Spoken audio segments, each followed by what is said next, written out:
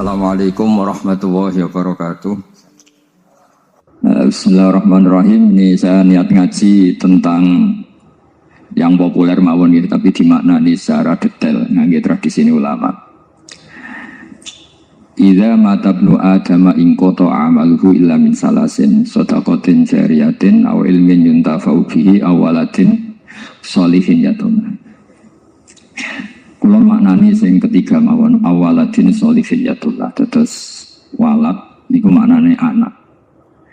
Anak niku saged anak nasab. Terus Habib Umar bin Isbat, Habib Soleh bin Isbat, Habib Ali namanya anak nasab. Lalu yang paling penting dari status anak niku soleh. Soleh niku status perilaku. Ya, terus soleh niku status ingkang soleh. Soleh ini maknane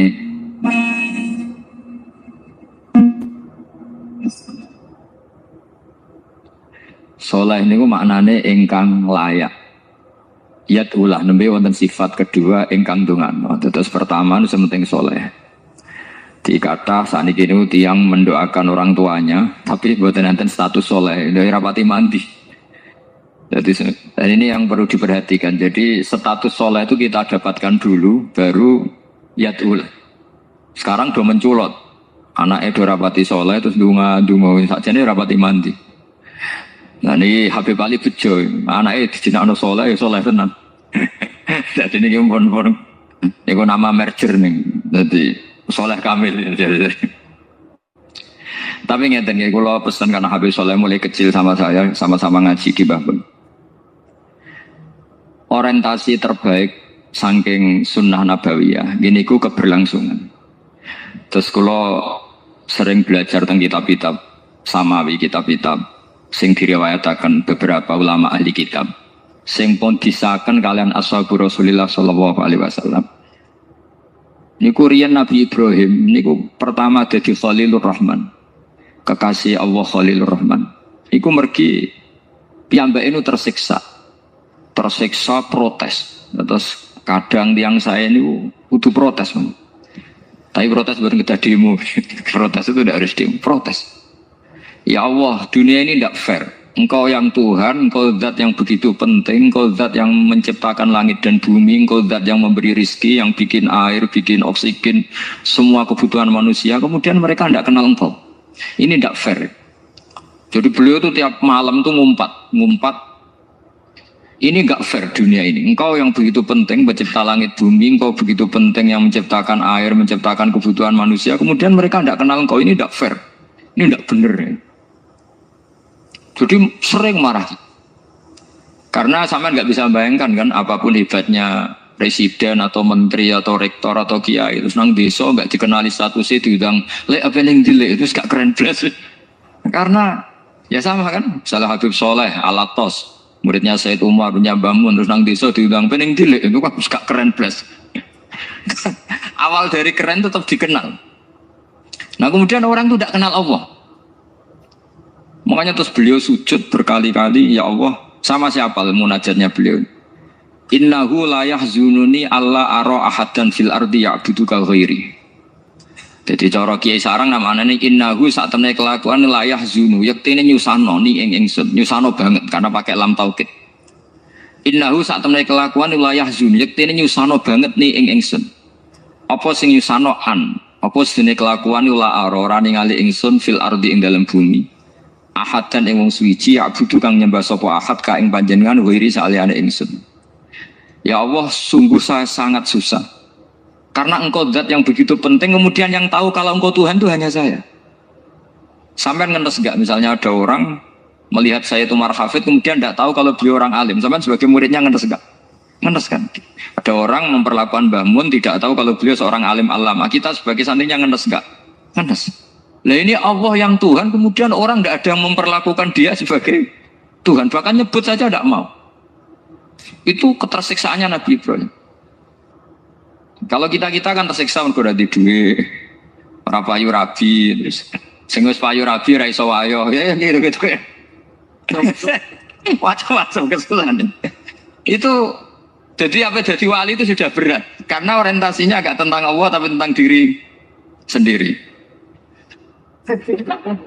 Ana sing susah proposal ragu ya Mas Akmal. Macam-macam. Artinya Nabi Ibrahim itu orang yang benar-benar Khalil Rahman. Beliau tersiksa ini karena dunia dianggap gak fair. Masa Allah zat yang begitu penting kemudian mereka nggak tahu. Maka awal dari nubuah itu apa? Menaukan al-i'lan, mempermaklumatkan Allah di alam raya ini. Makanya nggak ada nabi kecuali memaklumatkan diri. Saya dulu awal-awal Habib Soleh mau nyai saya bilang orang alim itu harus ngaku kalau alim. Habib juga harus ngaku kalau Habib. Yang orang miskin tidak usah ngaku sudah konangan. Wong elek rasa ngaku kata elek. Sudah. Karena agama ini pertama yang menolong itu memaklumatkan. Sehingga pertama Nabi jadi Nabi dari Gua Hira. Pertama apa? Cara saya ini ya kira-kira memaklumatkan. Tapi reso dibahas ana jumpa pers. Tapi yang jelas pertama yang dilakukan Nabi setelah di Gua Hira apa? Memaklumatkan diri kalau beliau adalah Nabi. Sehingga dikumpulkan semua terus beliau memaklumatkan diri kalau saya ini Nabi. Karena nggak ada artinya Allah kalau tidak dimaklumatkan. Terus makanya di Quran itu kalau menyebut Allah atau menyebut kebenaran selalu dimulai dengan kata fa'lam. Harus dimengertikan. Kita ngerti kemudian mengertikan ke orang lain. Makanya saya sering dulu bilang ke Habib Soleh, nggak boleh orang soleh menyembunyikan diri. Karena nanti kalau orang-orang soleh menyembunyikan diri, sing zuhara ala wajhil ardi adalah sesuatu yang nggak benar. Coba misalnya gini ya, orang bisa terhibur lewat dangdutan, terhibur lewat maksiat. Sementara orang nggak bisa terhibur lewat tolak al-badru alaina, asyraqal qanub dihaja dan sebagainya. Maka orang-orang soleh adalah orang yang bisa memaklumatkan Allah, memaklumatkan Rasulullah, memaklumatkan Quran dan supaya itu diterima. Karena awal dari orang nerima itu tahu dulu. Nah ini tahu saja enggak.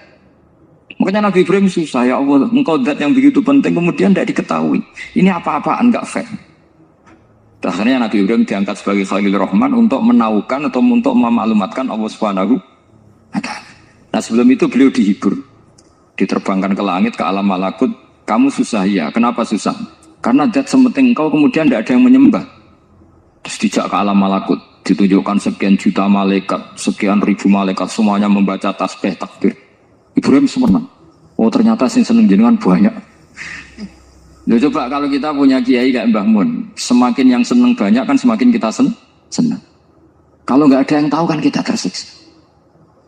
Makanya ini penting sekali. Ya. Jadi pertama agama ini seperti ini itu barokahnya dingertikan, dimaklumatkan.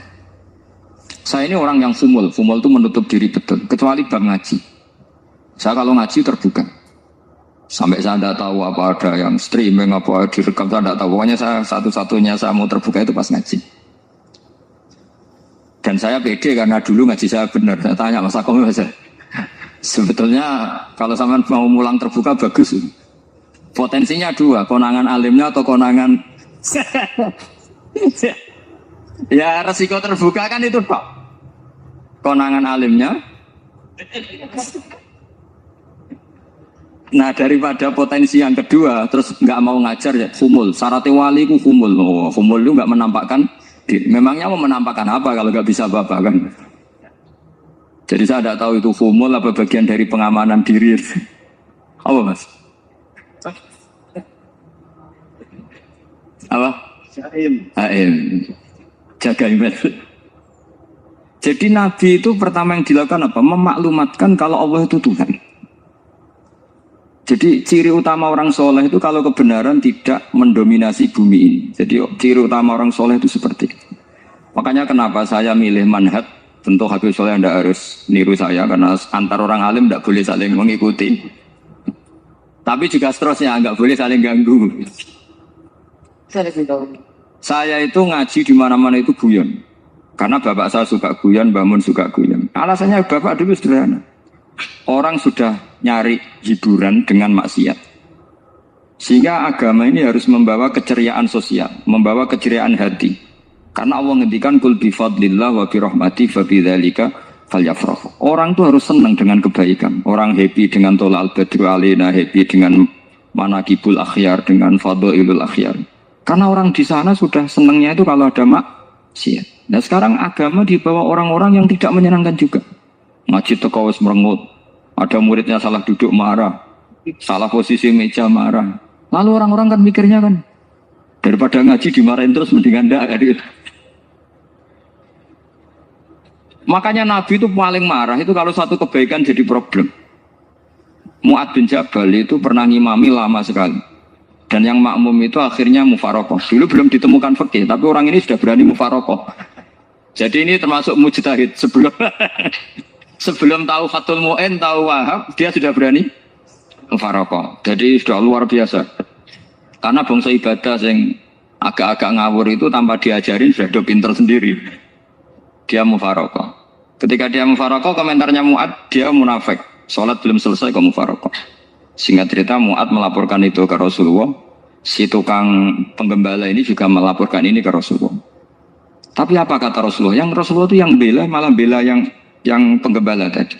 Afattanun anta ya Mu'ad. Kamu itu tukang fitnah. Agama ini kalau kamu model begitu orang lari. Basyiru wala tunafiru, yasiru wala tu'asiru. Padahal ini baca Quran panjang. Harusnya kan ibadah. Tapi karena ini menjadi problem sosial, orang menjadi tidak nyaman jamaah, itu sudah disalahkan Nabi. Karena tadi, kalau agama ini jadi problem, maka masalah besar. Makanya sifat dasar Rasulullah itu apa? Khufiful ma'unah, biayanya murah. Makanya saya ngaji di mana-mana ya suka seperti ini. Mejanya enggak jelas, pengunjungnya juga enggak jelas. Semakin kacau, semakin baik kira-kira. Ini pengunjungnya juga seperti ini kan. Nanti sampai yang pidato, jadi tak beri hak ke jelek saya ini namanya aqomaddin. Kalau faman tarokaha fakot. Jadi pilihannya kalau gak aqomaddin ya hadamuddin. Jadi kenapa banyak kiai yang ceria? Karena tadi satu-satunya cara kita menandingi hegemoni maksiat adalah pembawa taat itu ceria. Karena orang itu mesti mencari kebahagiaan. Sebab itu para nabi itu mengajarkan agama ini dengan cara yang bahagia. Misalnya mangqala la ilaha illallah dakhalal jannah. Nabi tidak ngendikan gini, mangqala la ilaha illallah terus sholatnya benar, puasanya benar, belajarnya benar, jadi kiainya benar. Wah itu kalau itu panjang sekali, banyak yang nggak masuk surga. Sementara kubu yang lain kampanye sudah tenang bersama bapaknya di surga. Lah kita kampanyenya pon sholat ra mesti ditompo, puasa ra mesti ditompo. Wes repot, syaratnya ditompo ikhlas wangel, kowe ora bakal iso. Berarti maknane kan ra bakal mlebu swarga. Akhirnya wong kan mikir, wis sholat tetep ra swarga, puasa tetep ra swarga, mendingan ra sholat. Jadi kita ini kan bersaing sama kampanyeku sebelah gitu. Makanya saya milih manhaj pokoknya Islam apik kan. Tapi bukan berarti saya menyepelekan aturan-aturan dalam sholat, karena yang kampanye itu sudah banyak. Biasanya kiai-kiai sing kereng kampanye tentang sing kereng-kereng. Itu saya manfaatkan, ya sudah, itu bagian jenengan. Jadi orang itu harus mikir. Agama Kristen itu diterima di Eropa di mana-mana. Di antara sebabnya adalah karena orang dijamin masuk surga. Orang mau kayak apa faseknya tetap kalau mati bersama. Kita enggak, sudah kiai, sudah mulang terus masih didoain. Semoga amal baiknya diterima, amal buruknya masih ngeper apa? Dan itu santri saya nanti kalau ziarah saya dengan ya Allah ampuni Gus ampuni. Itu kan ngenyek orang itu maksudnya. Maksudnya bukan, makanya saya pernah ketemu orang yang berfaham Wahabi. Dia nuduh kalau orang doa ke mayit itu minta sama mayit. Saya bilang, saya saja yang jadi mayatnya enggak siap. Kok bisa? Doanya itu doa ngeper. Masa sama gurunya bilang gini, Allahumma in kana muhsinan fazid fi ihsani wa in kana musian. Masa gurunya ditaklek? Jadi dia tidak yakin betul kalau gurunya muhsin. Masih ditaklek, jika guru saya baik maka gini ya Allah. Jika guru saya buruk maka gini. Loh, saya tuh gak pernah doain Mbah Mun gitu. Tak anggap gak sopan. Jadi kalau saya berdoa, ya Allah, jenengan izzihi apa ya, jenengan balaslah izzihi anna anil muslimina khairan katsira wa antal ghafurur rahim wa anta gitu. Saya enggak tega muni wa ingkana musian. Jadi kayak ada sopan kan. Lo kalau aku yang mati sapi lagi. Balik malam. Ingkana musia. Malah ada terusannya bahwa kadalik. Jadi makanya mereka kan sering pakai dalil. Andai kan tradisi itu benar, maka yang paling pertama melakukan itu sahabat. Selalu mereka berargumentasi, kalau itu tradisi yang benar, maka pertama yang melakukan itu sahabat. Ya gak mungkin sahabat masa bilang ke Nabi ingkana. Bisa kafir berat kan? Masa kesolehannya, lu andai kan Abdul Qadir wafat di mana ini ngomongin? Beduk. Saya tidak akan berdoa seperti itu. Oh bisa marah Abdul Qadir jalan ini. Masa kesalahan beliau di ingkana musinan sama ingkana musinan. Jadi orang tuh harus mikir. Jadi saya dengan bukan berarti Gus Bak kita menciptakan doa baru. Ini bukan urusan menciptakan. Orang yang punya sopan spontan seperti itu. Ini bukan urusan modifikasi doa Anda. Makanya kenapa para nabi itu tidak disolati dengan cara seperti itu, langsung assalamualaikum ya Rasulullah, assalamualaikum ya Abu Bakrin, assalamualaikum ya Umar. Enggak mungkin kita mengatakan ya Abu Bakrin, ya Allah, ingkana. Masa Abu Bakar di ingkana? Kalau dia, bukan kalau beliau ashabu Rasulillah, pasti orang Sayyid itu zuriyatu Rasulillah, pasti al-tahirin al-mutahhari. Guru-guru kita ini guru-guru kita. Jadi tolong doa itu. Nah, kalau terpaksa doa wa ingkana musian, anggap saja hafalnya hanya itu, tapi jangan dijiwai, apa? Jangan apa? Dijiwai. Kalau ditanya, "Lho Gus ini orang soleh kok doanya wa ingkana musian?" Itu kan guru jenengan, apalku ikut tok. Tapi rasa dimaknani, apa? Karena sekali dimaknani nanti kan. Jadi ini urusan etika, urusan rasa. Saya teruskan ya, karena jadi saya mohon sekali, apa-apa itu ada aturannya.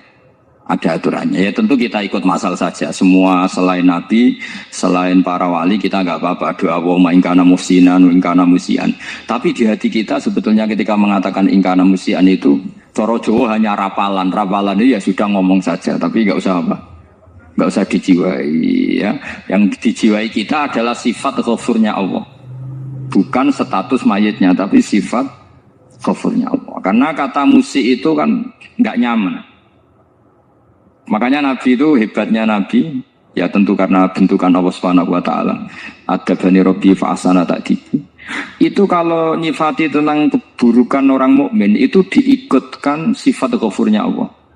Jadi misalnya gini, kalimatnya liyukaffirawwahu anhum aswa alladzi amil. Atau sebagian ayat misalnya wa yukaffiru anhum sayiatihim. Jadi sebenarnya kalau terpaksa mengatakan orang itu buruk, itu sebenarnya dari Allah dulu kita mengatakan Allah itu zat saking baiknya, itu mengampuni salahnya seseorang. Jadi nyifati Allah dulu, Allah saking baiknya, itu mengampuni salahnya orang-orang baik. Karena orang-orang baik juga manusia, Ustadz juga. Tapi lebih ke nyifati ke Allahnya. Kalau kita kan enggak, lebih tertarik nyifati mayitnya. Sehingga kita di hati itu, mayit dikira tak jalan sepuro, tuntas kayak gitu. Kalau di Quran tidak seperti itu. Jadi kita lebih mensifati Allah itu ghafur, afuwun karim. Makanya seperti doa-doa kita kalau Ramadan begini. Allahumma innaka afuwun karim tuhibbul afwa, baru bakas fa'fu. Jadi ada aturannya. Meskipun ilmu ini agak jelimet, tapi bagi ahlinya ini ma'ruf. Kalau sama nggak paham berarti nggak ahlinya. Jadi ilmu ini agak jelimet, tapi ma'ruf. Nah, sehingga Rasulullah, kalau kita meyakini syafaatul Rasulullah SAW, itu cara berpikir harus kita balik. Misalnya begini, wong Islam nakale ngono, penggaweane maksiat kok disyafaati Kanjeng Nabi kurang penggawean. Caranya berpikir jangan gitu. Kalau gitu kayak mari mangkel, wong nakale ngono kok untuk syafaati Kanjeng. Tapi cara berpikir gini, syafaatul Rasulullah itu wasi'ah, luas sekali. Syafaatul Rasulullah ghairu munhasirah, tidak terbatas. Syafaatul Rasulillah itu lebih sakti ketimbang dosanya umatnya. Semua ulama dulu kalau nyifati Allah juga gitu. Allahumma misalnya, maghfiratuka ausa'u min dzunubina. Ya, yang misalnya yang pakai mutakalim ya Allahumma maghfiratuka ausa'u min dzunubi wa rahmatuka arja intimin amali. Jadi jangan kitanya dulu. Kalau kitanya dulu kan nyifati kita dosa banyak. Itu sama ndak usah ngaku sudah tahu semua. Tapi nyifati pertamanya apa? Allahumma maghfiratuka awsa'u min dzunubi wa rahmatuka arja inti min amali.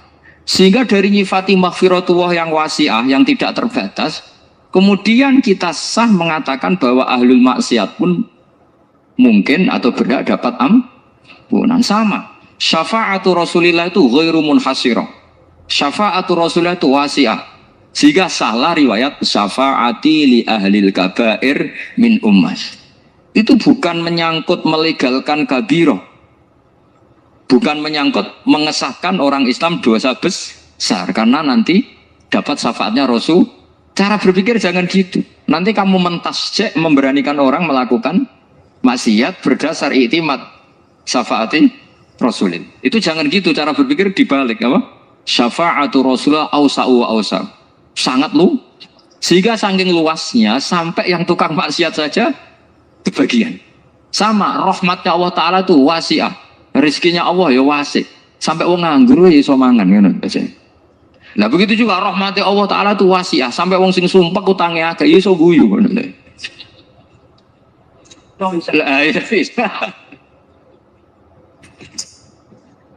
Tapi kalau dibalik, misalnya saya diprotes kiai, saya pernah juga diprotes. Gus umat kok mbok latih guyu, padahal mereka maksiate akeh, utangnya akeh, gini-gini.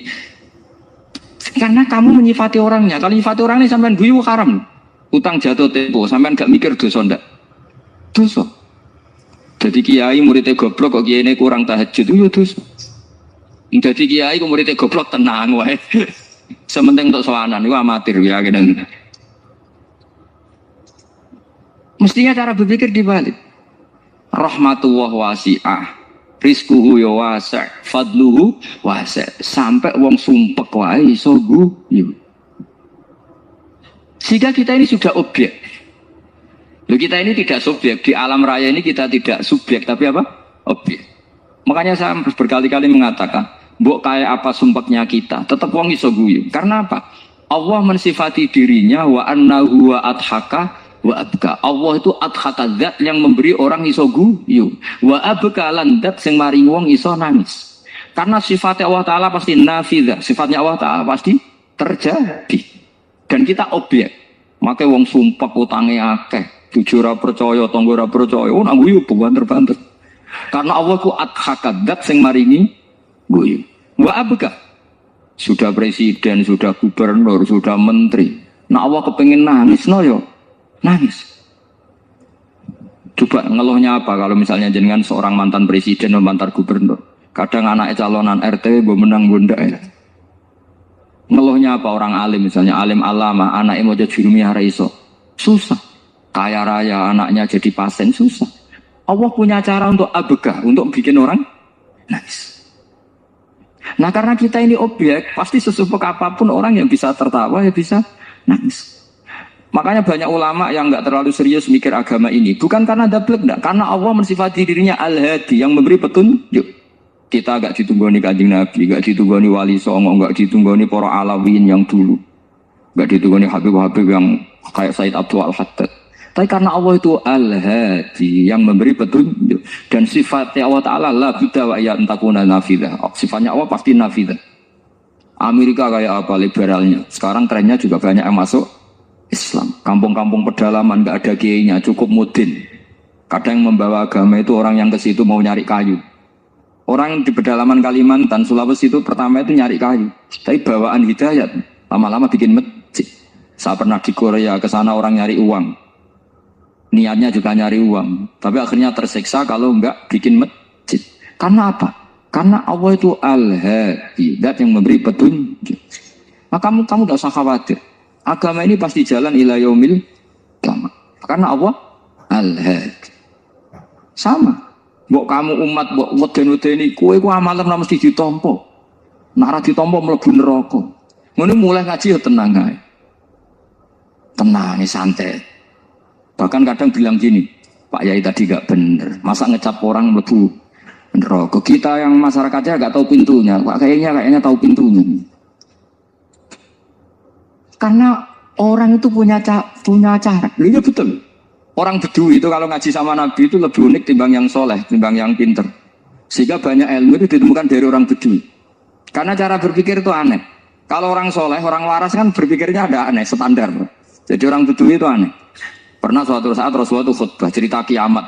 Wah, dasarnya kiamat kayak apa? Semua orang diam nangis semua. Orang Bedui enggak, lebih cerdas.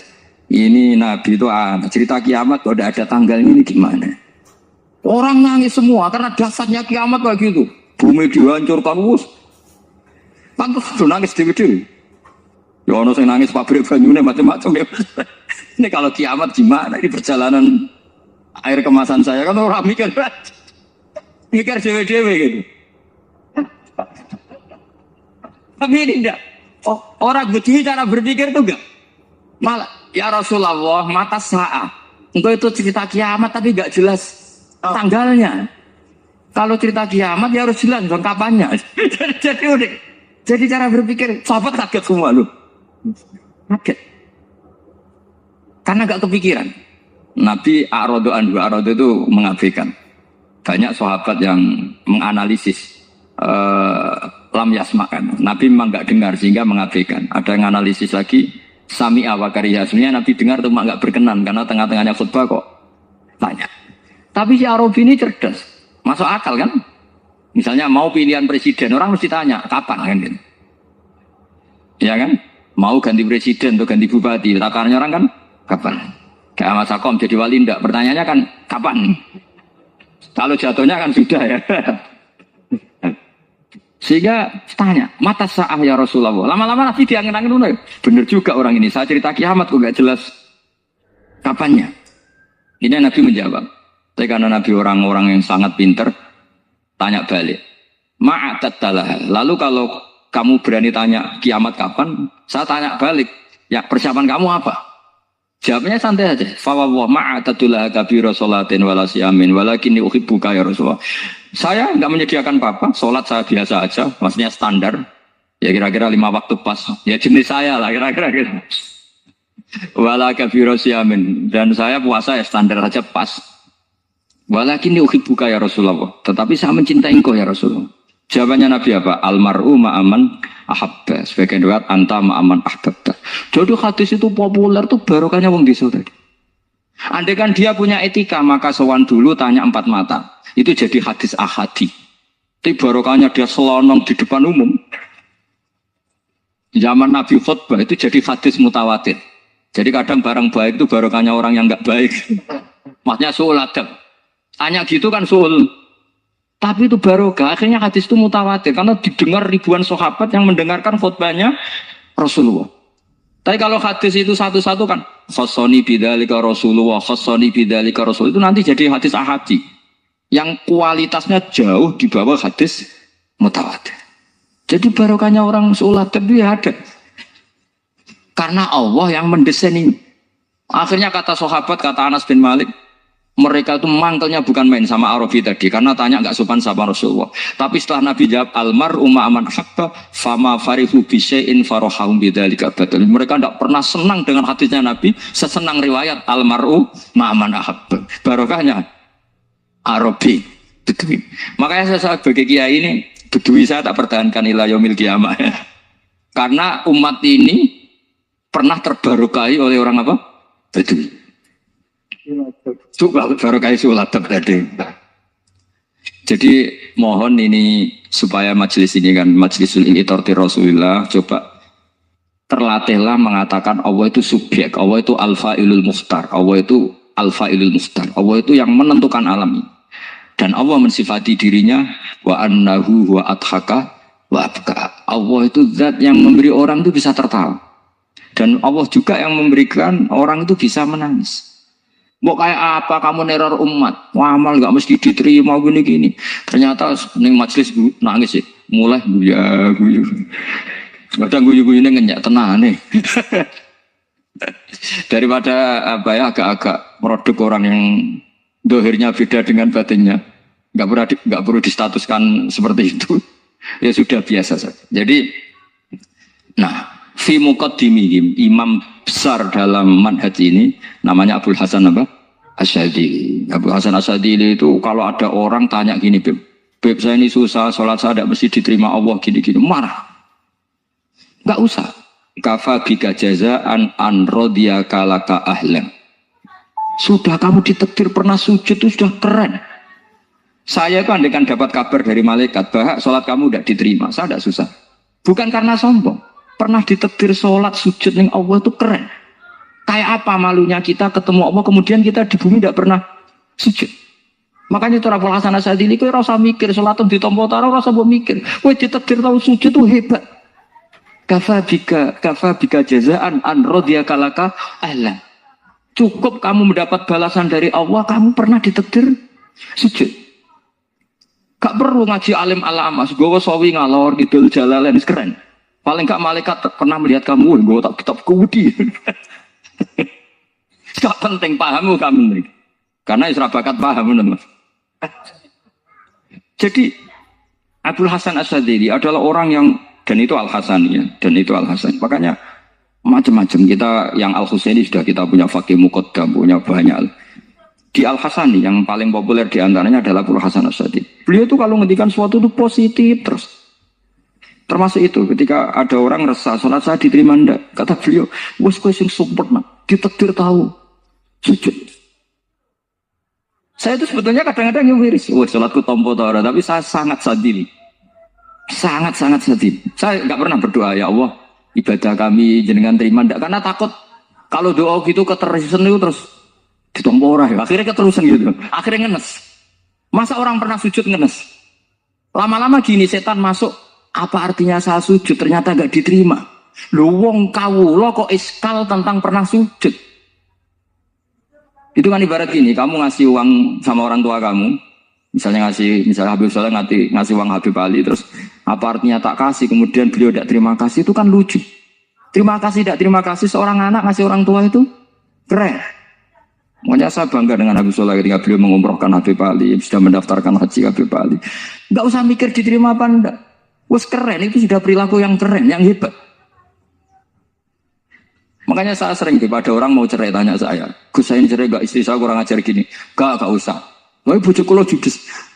Uang di bojo itu keren, paling gak kowe ra darani jomblo.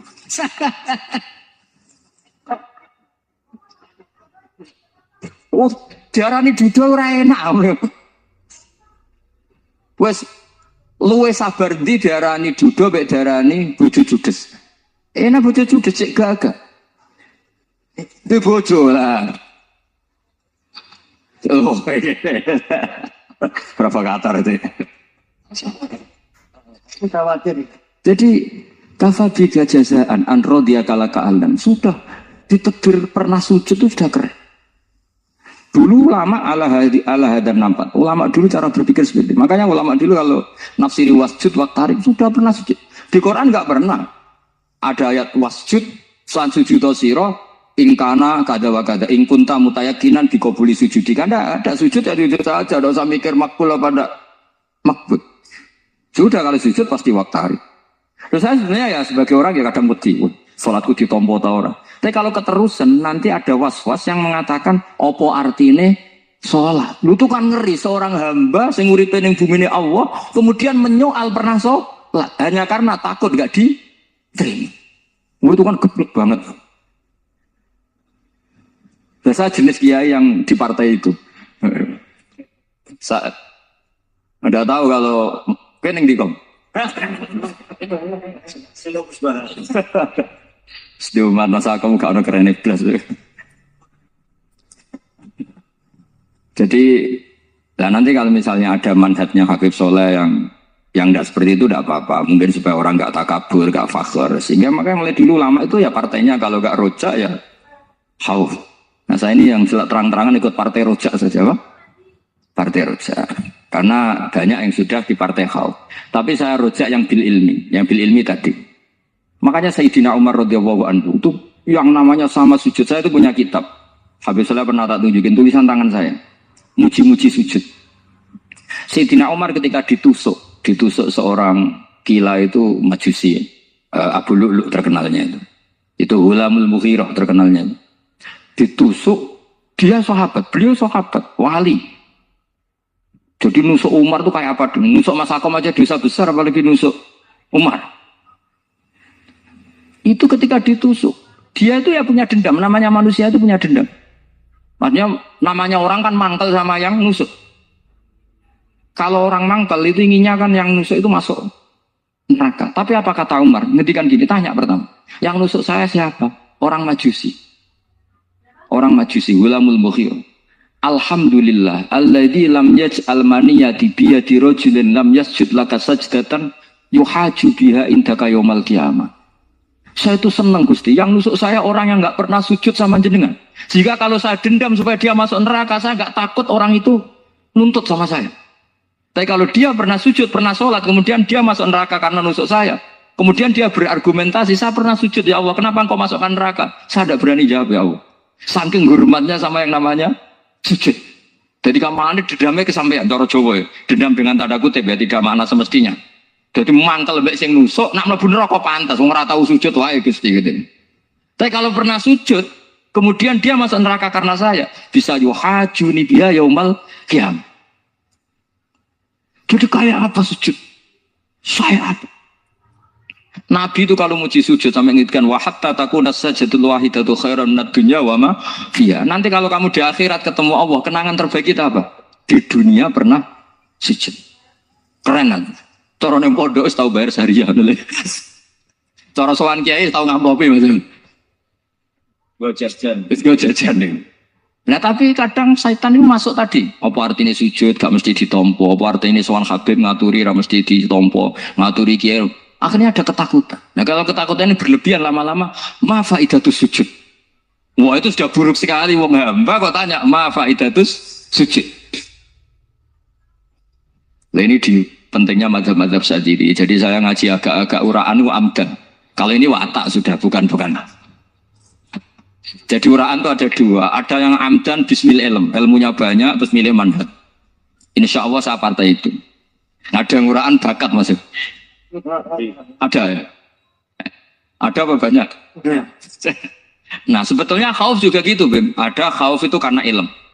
Ada Habib alim alama atau kiai alim alama, dia tahu masyarakat kalau ngikuti Gus Bak jadi fakhr, kurang tawaduk, terus dia milih partai khauf. Lah yang buruk itu ada kiai yang milih khauf hanya dari awalnya sati cilik. Jenisnya sati. Jadi sebenarnya dia tidak cukup ilmunya nerangkan khauf, cuma jenisnya sati cilik. Wong ning omah lawang dikunci ono gludak-gludak, ono hantu putih. Jadi ya sama, yang bawa rojak bisa bawaan dablek, yang bawa khauf bisa saja bawaan hati cilik. Nah kita ingin yang bawa rojak ya bismil ilm, yang bawa khauf juga bismil ilm. Ya ono teh Mas wong sing ati gede, pegawene dua blek, tapi enggak bawaan rojak, bawaan dablek. Ada yang hati cilik tapi bawaan khauf. Jadi mengatakan khauf tapi sebetulnya bawaan hati cilik. Nah kita inginnya ndak. Kalau rojak ya bismillah kayak Abdul Hasan Asyadzili, kalau yang kampanye khauf kayak Said Abdul Haddad bawaan apa? Ilm. Sehingga kita ini kul inni ala bayyinatin mir rabbi, semua itu berdasar ilmu sing jelas welo-welo. Makanya semua nabi memaklumatkan apa? Kul inni ala bayyinatin mir rabbi. Jadi semua ilmu syaratnya apa? Bayyinah itu kebenaran ilmiah sing jelas welo-welo. Makanya itu yang disebut Allah Subhanahu wa taala mensifati kekasihnya yaitu Nabi Muhammad sallallahu alaihi wasallam, lam yakunil ladzina kafaru min ahlil kitabi wal musyrikina munfakkina hatta ta'tiyahumul bayyinah rasulun minallah yatslu suhufam mutahharah. Niku Kanjeng Nabi saking cerdase, meneh teh wong Islam, wong musyrik, wong kafir, ngerti logika yang dibangun Nabi saja kuat infikak dari kemusyrikannya. Makanya disebut munfakin. Orang-orang musyrik, orang-orang kafir tidak munfakin, tidak tercerabut dari akar akidahnya hatta ta'tiyahumul bayyinah. Itu siapa? Rasulun minallah yatslu suhufam mutahharah. Masyhur itu debatnya Nabi dengan orang-orang musyrik. Mereka bilang, "Ya Muhammad, kita ini urusannya banyak, kasusnya banyak. Lalu Anda mengajarkan ke Tuhan satu. Masa urusan banyak cukup Tuhan satu? Itu enggak fair Muhammad. Aja'alal alihata ilaha wahida inna hadza la syai'un ujab." Urusan kita banyak, masyakil kita banyak, muskilah kita banyak. Kalau Tuhannya satu tidak cukup Muhammad. Nabi dengan santainya memberi penjelasan. Ya sudah gini saja. Kalau kamu jadi budak atau pembantu, majikan kamu banyak. Semuanya merintahkan kamu, semuanya bikin aturan untuk kamu. Kamu suka enggak? Ya kan suka Muhammad. Kalau majikan kita banyak repot. Ya sudah, Tuhan kamu itu majikan kamu. Kalau banyak perintahnya beda-beda kamu pusing. Ya udah Mat, Tuhannya satu aja Mat. Karena Nabi bayina, orang itu bisa dibalik-balik pikirannya. Ya, makanya disebut dorobawa masalah rojulan fihi syuraka'u mutasakisuna wa rojulan salamal lirojul hal astawiyani masalah alhamdulillah. Jadi Nabi itu kalau adu argumentasi itu luar biasa. Jadi segampang itu Nabi memberi apa? Argumentasi. Karena beliau adalah al-hujjatul balighah. Jadi Nabi itu gak pernah kalah. Pernah Nabi debat sama orang Yahudi. Muhammad, saya ini turunan Ibrahim. Kita ini Israel ya. Kita tahu Israel adalah turunan Nabi. Israel nama lain dari Yakub. Yakub bin Ishak bin Ibrahim. Padahal Yakub ini punya anak namanya Yahuda. Makanya Yahuda bin Yakub bin Ishak bin. Kita ini yang mirip Ibrahim, bukan kamu. Tapi orang Yahudi itu nggak apal nasabnya. Sehingga mereka bilang, kita ini saking baiknya, Ibrahim saja pengikut kita. Terus digojlok oleh Nabi. Ibrahim itu buyute Yahuda. Makanya digojlok, ha antum ha ulai hajatum fi malakum bi ilm falimatu hajuna fi ma laysa lakum bi ilm. Kita adu debat itu sudah ilmiah. Kenapa kamu menjadi tidak ilmiah? Kenapa Muhammad? Allah menurunkan wama unzilatit Taurat wal Injilu illa min ba'di afala ta'qilun. Artinya gini, kalau Ibrahim dikatakan Ibrahim Yahudiyah, itu sama dengan saya berkali-kali podo karo sampean misalnya ngendikan Bazubair itu pengagumnya Gus Roji. Padahal Gus Roji bin Ubab bin Maimun bin Zubair. Misalnya Gus Roji bin Kiai Haji Ubab bin Kiai Haji Maimun bin Kiai Haji Zubair. Nah Ibrahim itu kan Yahuda bin Yakub bin Ishak bin Ibrahim. Terus mereka bilang Ibrahim itu pengikut Yahudi. Itu kan kebalik. Kayak Habib Hasan itu pengagum Habib Soleh. Kan Habib Hasan rohnya ini gimana, ini sih mbahnya kok dianggap. Nah sehingga orang Yahudi ketika Nabi berdebat beda dengan Nabi Muhammad SAW. Ketika ditanya kenapa kamu yakin agama tauhid millata abi, karena ini agama nenek moyang saya. Millata abikum apa? Ibrahim. Jadi jelas. Hanya orang Yahudi ngerti. Ya kan sama dengan mengatakan tadi Pak Karno itu pengagum Puan Maharani. Kan aneh. Aneh enggak kalimat ini? Mbah Hasyim Asy'ari itu pengagum Gus Dur. Lucu. Enggak lucu. Itu debat. Jadi Nabi itu orang yang bayina. Bayina itu kalau menerangkan kebenaran itu bahkan orang kafir pun bisa infikak. Bisa munfakin, tercerabut dari akar kekafiran. Nabi itu mudah sekali merubah logika. Makanya di Quran sering ada kata aro'aitum. Karena memang tadi. Nah saya mohon apapun pilihan Anda rojak kayak Abdul Hasan Asadili tadi. Ketika orang resah sujudnya diterima apa enggak, sholatnya diterima apa enggak, beliau bisa berargumentasi betapa pentingnya sujud. Wes aja kowe iku kawula, tahu sujud itu keren. Saman bayangkan betapa malunya kita kalau kita ketemu Allah kemudian di dunia enggak pernah. Dulu paribasane kula mlebu swarga lah wisin. Mlebu swarga tapi ning donya ora tahu wisin. Sama seperti kowe di guru, sak urip-uripmu ora tahu salam templek wisin. Kira-kira seperti meskipun salam templek ora penting. Ya ora penting dong, misalnya soalnya salam templek 50.000 duwe wis akeh ngono. Nama saya penting butuh rokok. Itu bukan nilainya kok, betapa malunya kita. Saya dulu mau disarang, andai kan tidak pernah khidmah sama you, malu tenan sebagai apa? Santri. Makanya Sayyidina Umar ketika beliau dibunuh orang, itu pertanyaan pertama, dia pernah sujud enggak? Enggak pernah. Andai kan dia pernah sujud, maka saya tidak berani masukkan dia masuk neraka. Takutnya dia protes sama Allah, ya Allah saya pernah sujud, kenapa harus di neraka? Atau Umar ditanya Allah gini, Umar, kowe ridho wong sing tau nyembah aku kemudian dia di neraka? Apa? Jadi makanya Umar ketika wafat ngendikan alhamdulillah alladzi lam yaj'al maniyati biyadi rajulin lam yasjud laka sajdah. Ya jadi saya mohon sekali jadi majelis ini sebuah majelis mubarak.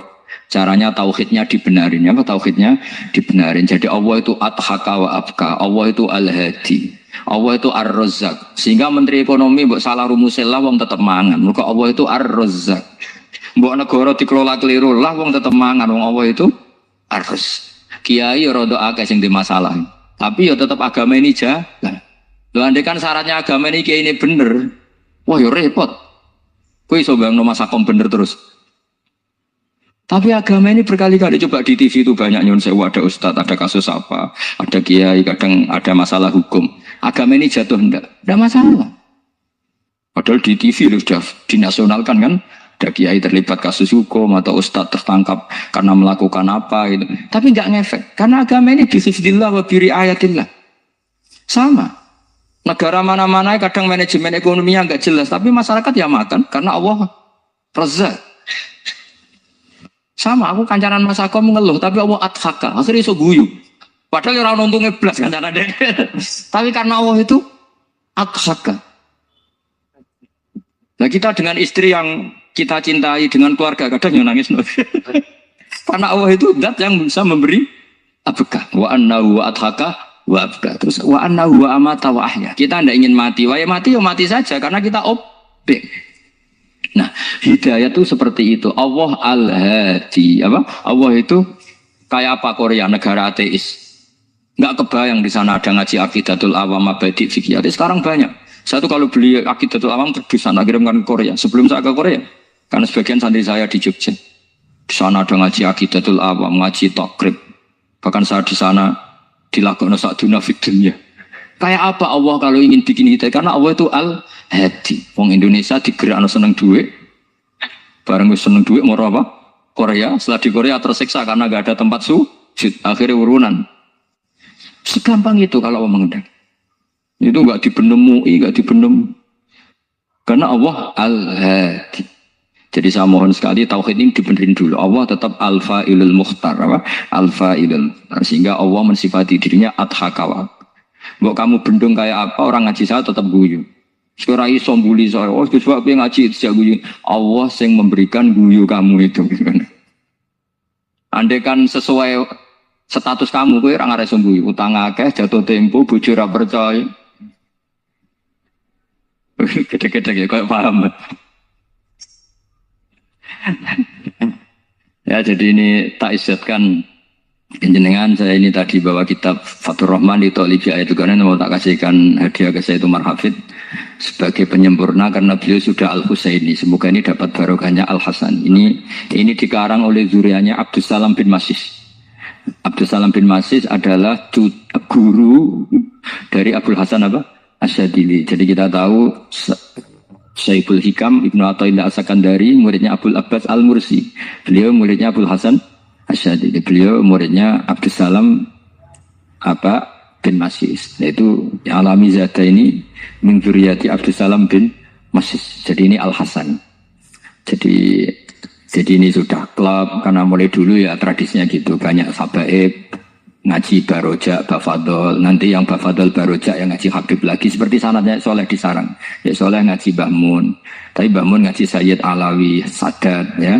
Ngaji Sayyid Zaini Dahlan. Nanti setelah Sayyid Zaini Dahlan ngaji Ajam lagi Usman Adim Yati. Jadi ya biasa mulai dulu silsilah ya seperti itu. Jadi seperti dulu Ibnu Abbas termasuk Qorobatul Rasulillah. Jadi dulu Qorobatul Rasulillah itu Bani Hasyim sama Bani Muttalib.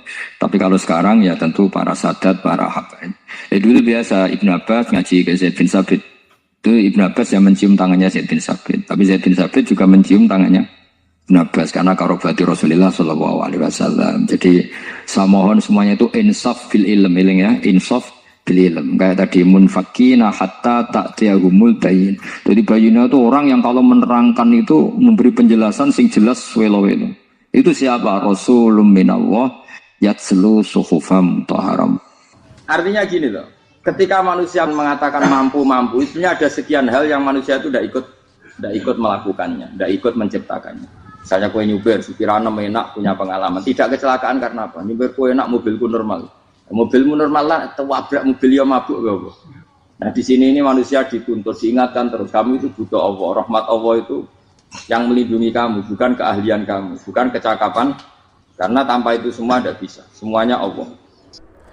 Terima kasih sudah menonton channel Kajian Ilmu Religi. Semoga membawa keberkahan dan kebermanfaatan untuk kita semua. Jangan lupa like, share, dan subscribe channel Kajian Ilmu Religi tayang setiap hari jam 12 siang dan jam 9 malam.